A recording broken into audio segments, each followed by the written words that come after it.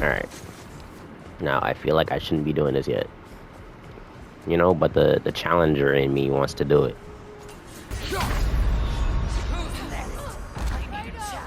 Okay, I can do this. What is this? What is that?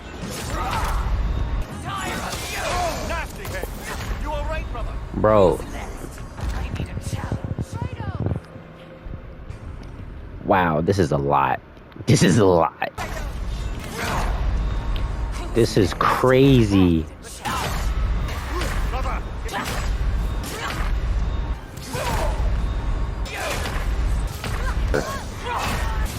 Hello, motherfucker. Hello, motherfucker. Please. Come on. I can't. Okay. I can do this.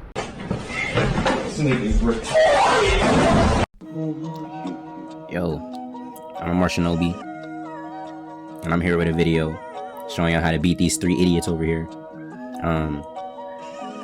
Now, this fight probably isn't as hard to some of y'all, but I think it deserved a video, because I'm stubborn. I have a disease called Don't Be a Bitch disease. I came in with no resurrection stone, you know. I had only hoop dreams coming into this fight. I didn't know what I was coming into. This is one of the most obnoxious fights made by some people that believe in sensory overload. This fight makes no sense to me. But I'm gonna show y'all through this. I'm gonna show y'all through my thought process when I finally beat it. Because I did finally beat it. I thought it was gonna take an hour, 2 hours. I have 7 hours of footage. Take that in for a little bit. Take us 7 hours. I'm gonna be working with my footage.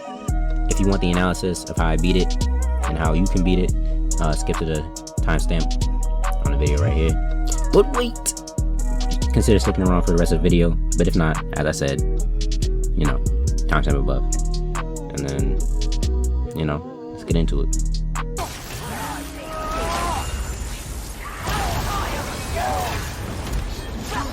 What just happened?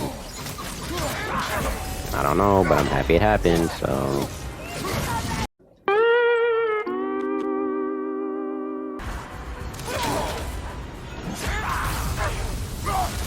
I can cancel it? I was using this all wrong. Wow, I was using it all wrong. It could be a counter. Oh my gosh. Read, nigga! Read! I get a burst of strength. I didn't read anything, did I? Does it say this? Timing right to hit negate, gaining additional healing, and granted melee. Oh wow, that's so crazy. That's so crazy.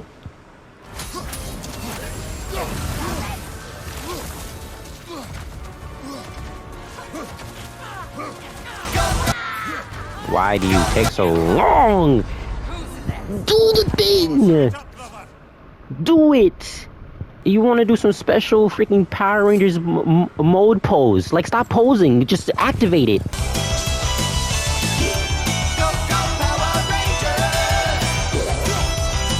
Like, why do you have to do all that to activate it?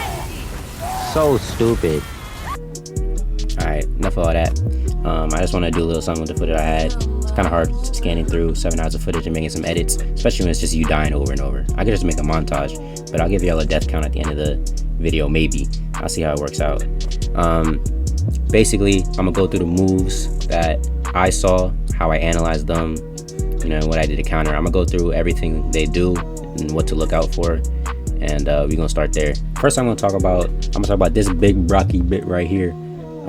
So she's gonna be the main person attacking you and pressing you this whole time while you're fighting. I'm gonna go through her moves and I'm gonna tell y'all what to look out for.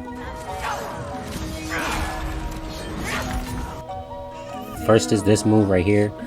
She's gonna do this when you have some space in between you and her.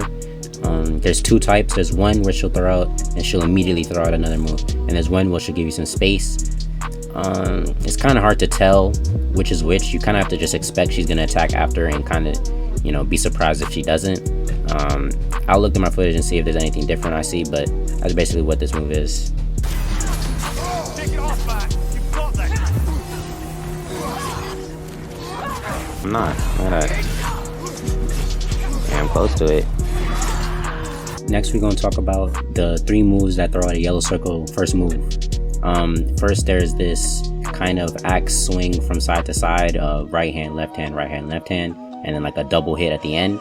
This move, you really don't want to parry it. The first move is a unnecessary parry. It's to lure you in and think you can parry it, and it leads you to false hopes, and you probably will just end up getting hit. This is one you want to just dodge around on. The second move is this huge wind-up move, but not as much as the spin move she does. I'll show next. She throws out this super wind-up move. She pulls her axe behind her back and she throws it out. This one is an easy parry, and you want to focus on parrying this move because it always staggers her. It's a very important move to know how to parry. The next move is this twirl move she does, where she constantly spins over and over and over. This is another move where it's false hopes. Unless you're trying to get her stun bar up, you really don't want to focus on parrying this first move. If you see this wind up and you learn the fight a little bit, you'll realize that this move and the first move I showed you are just unnecessary parries. You really want to dodge away from these. Obviously within reason, parry when you need to, but it's false hopes. They might as well have thrown out a red one. You can block it if you have the bigger shield, but if you're going for parries, don't parry this first one. It's not a reliable parry unless you're going for stuns, because you can parry the first hit, the second hit, and the third hit, but the last one on both of those moves all result in a red hit, so you have to always dodge out of that one.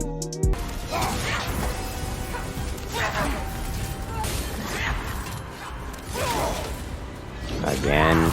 Next, I'm going to talk about this first move that throws out a no circle attack first and then throws out a yellow circle attack second. First is the one where there's a case where if you parry the yellow circle, then you will cancel her animation and stagger her, and she will move into a different animation or something else in the fight will happen. Or if you fail to parry it, or your block gets broken, or if you're just using a blocking shield, she will continue to do the behind the head attack that I showed you earlier. Both are important to look out for. You really want to parry that second yellow move. You have to get used to making sure that the first hit isn't a yellow attack. If it is, then it's one of the cases that I showed you before, but if it isn't, then it will be this case. Next, I'll be talking about these 2 twins, the sisters of Illska. Basically, these people, you read their moves off of their subtitles. Their subtitles are a main part of knowing what moves are thrown out and when to dodge. A huge key is, number 1, once the main woman in front of you that is pressing you with the 2 axes stops moving, it is not a safe area. It is not some time to gather your bearings. It is time to dodge. It's time to move for these 2 to throw out a projectile, some random movement, or even possibly dash at you and punch at you. So you need to be ready for these moves, and I'll go through them right now. First move I'm going to address is the floating orbs. Clearly, as you've seen, or if you've seen the beginning of the video, they plagued me throughout this fight. They constantly chase you if you don't hit them with a projectile. You've seen them before with the light elves or dark elves, whichever you fought in Alfheim earlier in the story. These moves are very, very obnoxious, and if you miss, you will be plagued by this thing that will chase you endlessly. If it doesn't hit you, then it will possibly hit the ground. You want to look out for these 2 subtitles. This is the ice one and this is the fire one. Obviously, when you see them at the bottom of your screen, you want to completely and utterly get a gathering of what the big woman in front of you is doing and immediately aim at them. Because if you let them hang on too long, you're gonna die to them. They do like 80% of your health on the hardest difficulty.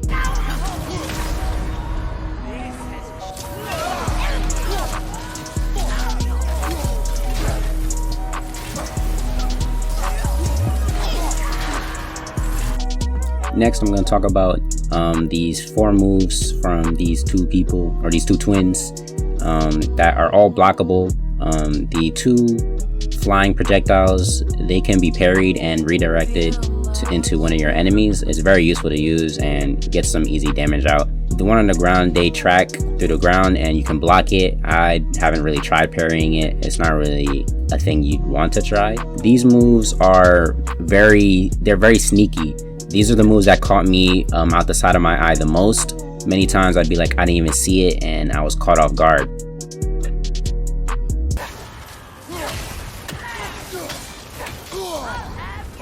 Where did I fucking come from? These are the moves that you have to keep these twins into the screen for. The other ones, the subtitles are more obvious. These ones, they're not as obvious. Even though they're there, they don't give a very big tell. I'll show y'all the subtitles here. These are the ice ones, and these are the fire ones. But, you know, just to tell you, these are the ones you have to keep the twins in your screen for. Lock on is not an option in this fight.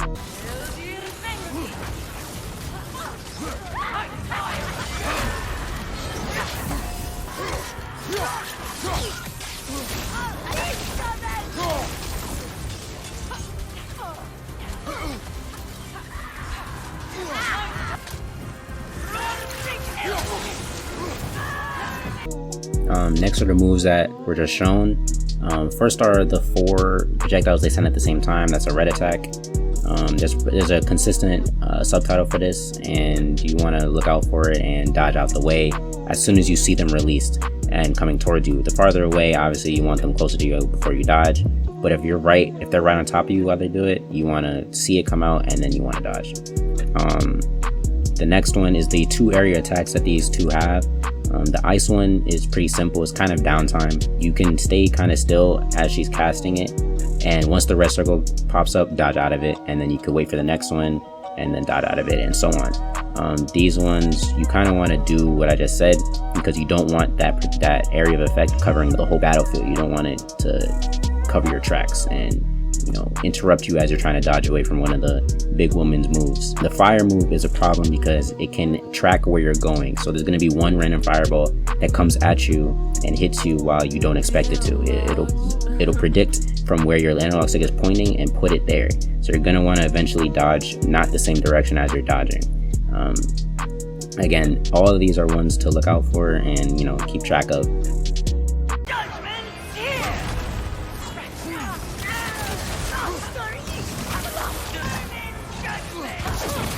Alright, if you reach this part of the video, obviously you've managed to kill the main woman, and you've realized, or maybe not have, maybe you're just watching to get the whole picture before you fight. You may have realized that these 2 turn into crackheads when the main woman dies. I'm so serious. They endlessly attack you. It's a constant onslaught of projectiles to punches to new moves that you've never seen before. And number 1 is literally to just calm down and take it slow as much as you can, because they're going to be pressing you, but slow as mean don't panic. First move is going to be these 2 stomps. They project this green circle on the ground, and you're going to want to wait a half second before you dodge out the way. It's pretty simple, but it can definitely catch you off guard, and, you know, when you're nervous after finally killing the main person, you're probably going to mess this up once or twice. Don't beat yourself up for it. It's gonna take a little bit. It took me 7 hours. The other move is this like dash towards and like this flash of their element. It's kind of problematic. It's a delayed parry. It's kind of hard to parry. I'd say look for when they put their hands forward. Like as soon as their hands extend and their fingers are out, you want to try and parry there. If not, just dodge out the way. That's probably the easier way. You know, and as I said, they are crackheads. Like, you want to take it slow. They will constantly attack you, and when you get them low, they will change their things more. The fire red attack that shoots fireballs everywhere, fire meteors, it becomes an attack that is extensive. It has so many attacks. It extends from when you last seen it. So remember to keep dodging when you see this move when the main woman dies. One last addition to this how to beat them section of the video is this white shield thing that happens when you attack them too well and too often. If you use too many runic attacks in a row, or if you counter their moves too perfectly in too much of a succession, they will have this invulnerability mode that they will take less damage one, will also take way less stagger. It's a problem when this happens. It messed up my flow many times in this fight. When it happens, you want to keep your pace, but you have to realize you're not going to get the damage out you want, and the normal things that stun them, like your runic attacks, will not stun them. The normal parry moves that would stagger them still stagger, so the big wind up that you parry, that one will still stagger them. So, you know, the normal openings that I showed you earlier will still be an option. They want to make sure the difficulty is as difficult as they made it. They're going to put this out often, and you want to keep an eye out on it. It's not game breaking, but it's problematic. It's a terrible, in my opinion, I hate it. I hate it because it was hard, but you know. At this point in the video, I'm going to be showing y'all how I beat it. The cycle of my armor and gear that I used to beat it is going to be on the screen. It was really a method of using a bunch of stun moves. I had the parry shield and I had the stun bar, you know, uptime armor. So I focused on getting those parries out and, you know, really getting those perfect parries in on that main woman so I could get those 2 free bars of health down, because I could get the stun bar up twice during the fight. I also had the rune that increased my stun damage based on my defense, and I also had the rune that increased my dodge speed and distance based on some stat. I might find some pictures of that too.